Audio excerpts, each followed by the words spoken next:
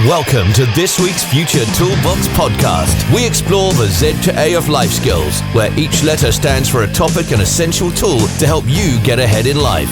Meet Jules and Mark, creators of the multi-award-winning Future Toolbox, and enjoy their straightforward approach to creating growth mindsets that help people turn their dreams into realities. Whether you're a teen in education, a parent, a teacher, or part of a community group, start creating positive habits from today. Hello again, it's Mark and Jules, creators of the multi-award-winning Future Toolbox here. Hello. And welcome to this week's episode of the Z to A of Life. We have N is for nutrition, don't we? We do. And it ties in nicely because this week is Sugar Awareness Week. So have you had any sugar in your tea today? I have, yes. Are you aware of that? I am very aware of it. But that's not what we're going to talk about. We're going to talk about some healthy eating and healthy living tips. But before we do that, we have a guest. Who's our guest today? Yes, we're super excited today because we've got a very, very special guest that you might know as the fellow director of the Future Toolbox. It's the fantastic Sally Wood, who's also a local business owner. So, yeah, tell us about your role within the Future Toolbox. Well, thank you for having me. It's really exciting to be here today. So I'm officially a non-executive director of the Future Toolbox, which sounds incredibly serious, incredibly straight-laced, and if you were to sit in one of our board meetings, you might realise that maybe we take ourselves a little less seriously than that. We do. That's the best thing about it, isn't it? So we have a lot of fun along the way, but my role really is to support Mark and Jules with running the Future Toolbox and just bringing a different perspective to it. So you've got an amazing background in working with young people as motivational speakers. What I bring to this is probably a different approach of that business awareness, that governance, and looking after the financial side of it. So I'm really involved in things like applying for funding, looking at forecasts and projections, etc., which sounds very serious, but we'd like to have our meetings in lots of different locations. So we're actually treating this as an on-air live board meeting. I don't know if anybody's taking minutes. If not, why not?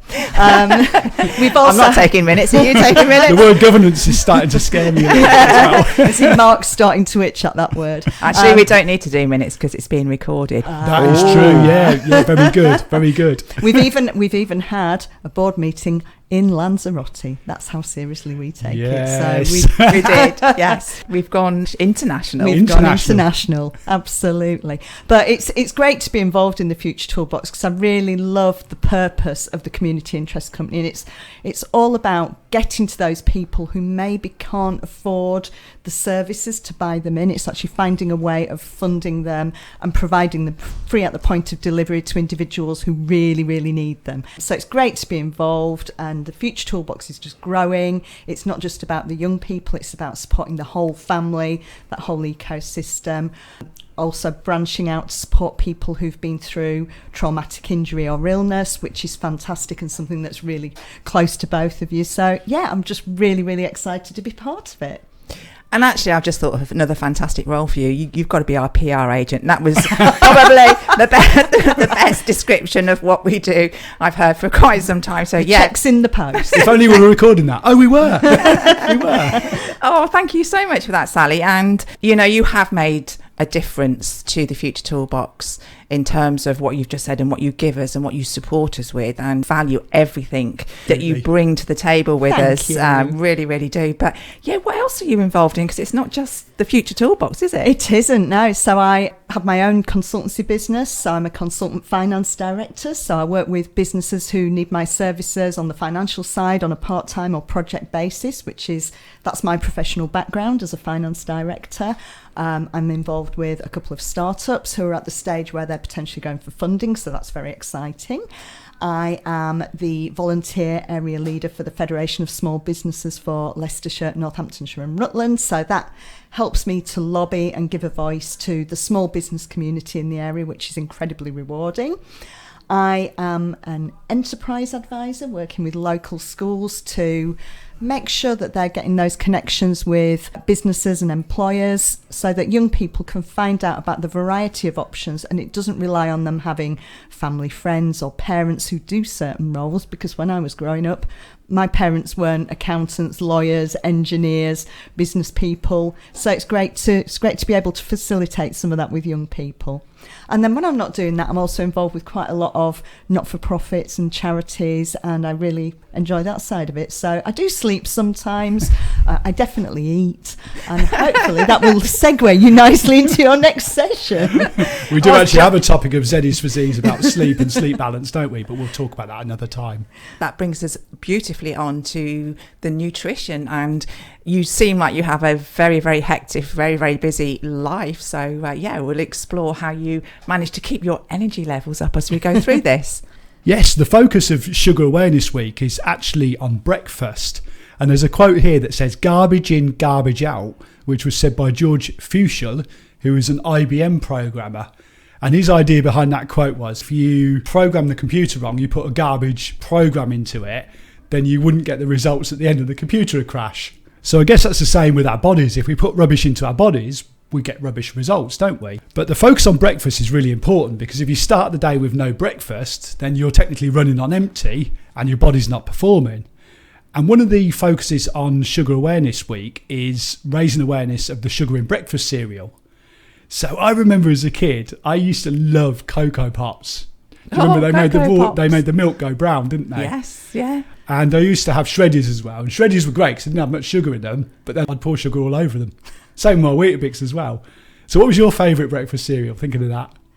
I've got a confession to make. I used to like Sugar Puffs without milk, because I don't really like milk, and I used to sit and eat a bowl of Sugar Puffs with no milk on. That's pretty grim, isn't it? I think they had sugar in as well with the name, didn't they? Sugar Puffs. Maybe a little bit. I get that. I've done that. Yeah, without the milk. Just diving your hands in the box and filling your mouth you've got full to of do sugar it with your puffs. hands, not with the spoon. There you go. See? Childhood eating habits. What were your favourites? I think my favourites were things like Rice Krispies and, do you remember Frosties? They were called Frosties then. I think they're called different things now. Great. That's it. Tony the Tiger. That's the one, yes. Yeah, absolutely loaded in sugar and, I don't know, what else? Honey or something. But they were delicious. But, yeah, completely loaded in sugar. And the Honey Monster was Sugar Puffs, wasn't it? Now, That's for all the it. teens listening to this, they need to now go on YouTube and look up Tony the Tiger and the Honey Monster. Oh, no. There were some great adverts. But anyway, going back on track there, they were loaded with sugar, weren't they? They probably weren't really adequate enough to fuel us for the rest of the day. But it was all about clever marketing with, as we say, Tony the Tiger and the Honey Monster. That's right, yeah. So if we talk about sort of breakfast now and how it's particularly, say, for us, how much that's changed in terms of what we eat. What's your favourite kind of breakfast that you have now, Sally? I love savoury things for breakfast, so I love things like avocado on toast or scrambled egg in a wrap or even cheese spread on toast, crumpets. You know, you're all going to come round to my house for breakfast now, aren't you? Actually, we had avocado and toast this morning, didn't we? We did, didn't we? Yeah, a little bit of lemon squeeze. Oh, Yeah. that was really lovely. I love that. A bit of chilli, that's always good as well. And sunflower seeds or seeds over the top of it as well. You're very good at making a smoothie every morning for us, aren't I you? love a smoothie, yeah. Yeah, not one of the ones you buy off the shelf. It's got to have a banana in there, probably an avocado, strawberries maybe if we've got some of those. A bit of spinach. Oh, yes. Always got to have your greens for Yeah, breakfast. a little bit of soya milk as well. Just whatever goes in there, really, as long as it's a bit of fresh fruit. What do you do if you don't like bananas? Because I have a confession, I hate bananas. I'll tell you what you do is you don't put a banana in it. But to get that smoothie consistency, I guess avocado could do that, couldn't Avocado is a good one for like thickening it up because I'm not a massive fan of it if it's not got something like a thickening agent in there. So, but avocados are brilliant for doing that as well, aren't they? Do you know one of my other favourites as well? This won't float your boat, but I love peanut butter and banana smoothies. Sally doesn't do peanut butter I don't do either. peanut butter No, either. if you don't like peanut butter or banana, I think my then worst that's combination probably would be a peanut butter and banana milkshake. That would be. That's what it tastes like. Something else for helping to sort of thicken them up as well is if you put a yogurt instead of using soya milk. A yogurt often is a great thing for doing that. Be careful it's not a sugar-loaded yoghurt, though. You have Very to be true. careful because some of them Very are true. very, very high in sugar content. Another one that I've really got into lately is making overnight oats. Oh, or yes. Bircher muesli, if you want to give it its posh name. So just put some oats in. I often do it with plant milk in the fridge overnight, and then chop some fresh fruit up to it. You can put some seeds in it and everything, and maybe an extra dollop of yoghurt on top. That's a really nice breakfast. Yeah, I'm That's with you a on that. I good have that before I breakfast. go running, before I've got an event. And the other thing I love about it as well is it's really lazy because you just put it in the fridge the night before. You don't have to make porridge then. It's Same as so making easy. porridge. We like an easy life. A good nutrition analogy is thinking about when you service your car, you put oil into the engine and that Yeah. keeps it running. You wouldn't pour, say, water in there because the car wouldn't The work car would properly, break would it? down. Might even blow up. It might even. If you didn't put oil into it at all, then the car engine would definitely blow up. I know people that have done that before, have ruined well, the it whole car by seizes not up, doesn't topping it? the engine. Yeah, that's right. And this is the same as breakfast. I remember back in the day when I worked full time, I used to skip breakfast and I'd really flag through the day and realise that I just didn't have a great deal of energy. So I would never skip breakfast now. Do you skip breakfast at all? I don't. I can't eat breakfast when I first get up, but I make a point of having breakfast every day because if not, my blood sugar levels fall and I feel lightheaded and dizzy and faint, and nobody wants a fainting Sally on their hands. So I'm very sort of religious about having breakfast every single day. Oh, that's fantastic news. So, yeah, nutrition, as we know, is really, really important for everybody. And Sally, from your introduction, we can see that you lead a really busy life and you're here, there and everywhere. And I mean, let's face it, you've driven over from Milton Keynes, you've been in a busy meeting there before coming here. So how do you keep yourself fueled and your nutrition up through the day to keep you going? Well, sometimes that nutrition can take the form of coffee and cake. So anyone who's ever had a business meeting will know that I enjoy a coffee, a cake. Yesterday I was having a cheese scone and tea somewhere in Market Harbour, which was lovely.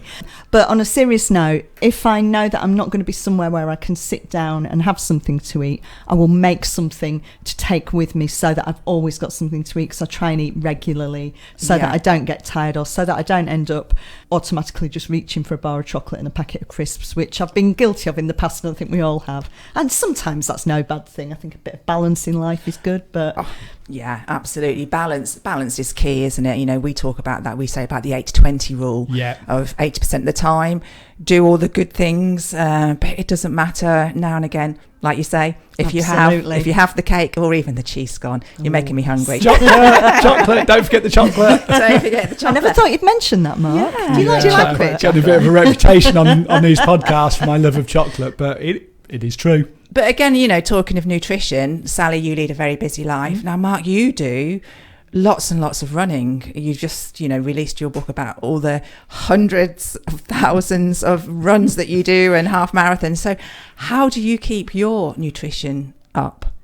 Yeah, that's really important, because do you remember when I first started running? I was terrible, wasn't I? I never really fueled myself properly before or after races or training. I found I was having big energy crashes. The natural thing then was to go for all the marketed products. So the sports brand, you know, drink this orangey, delicious tasting energy drink that puts isotonic into your body, and in reality it was sugar water and orange juice.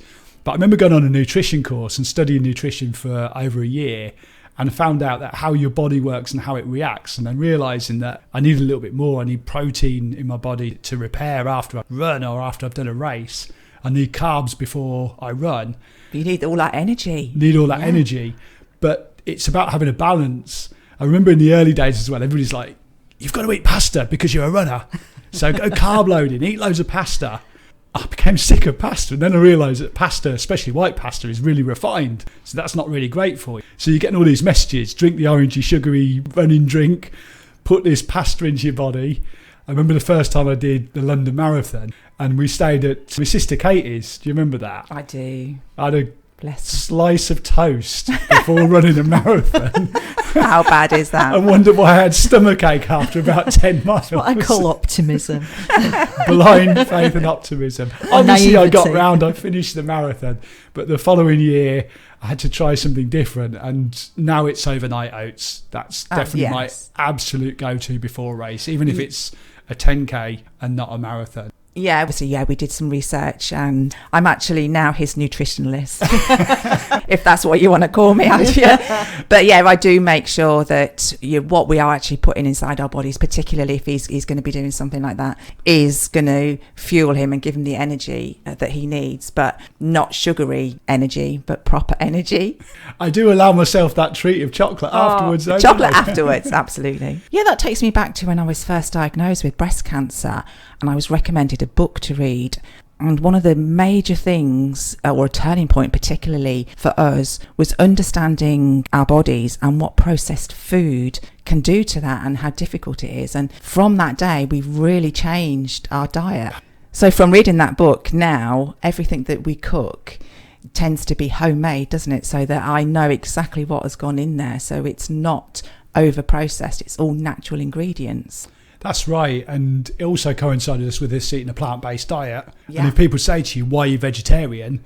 That is probably the explanation we give, isn't it? It is, yeah. What about you, Sally? Because I know you're not a vegetarian.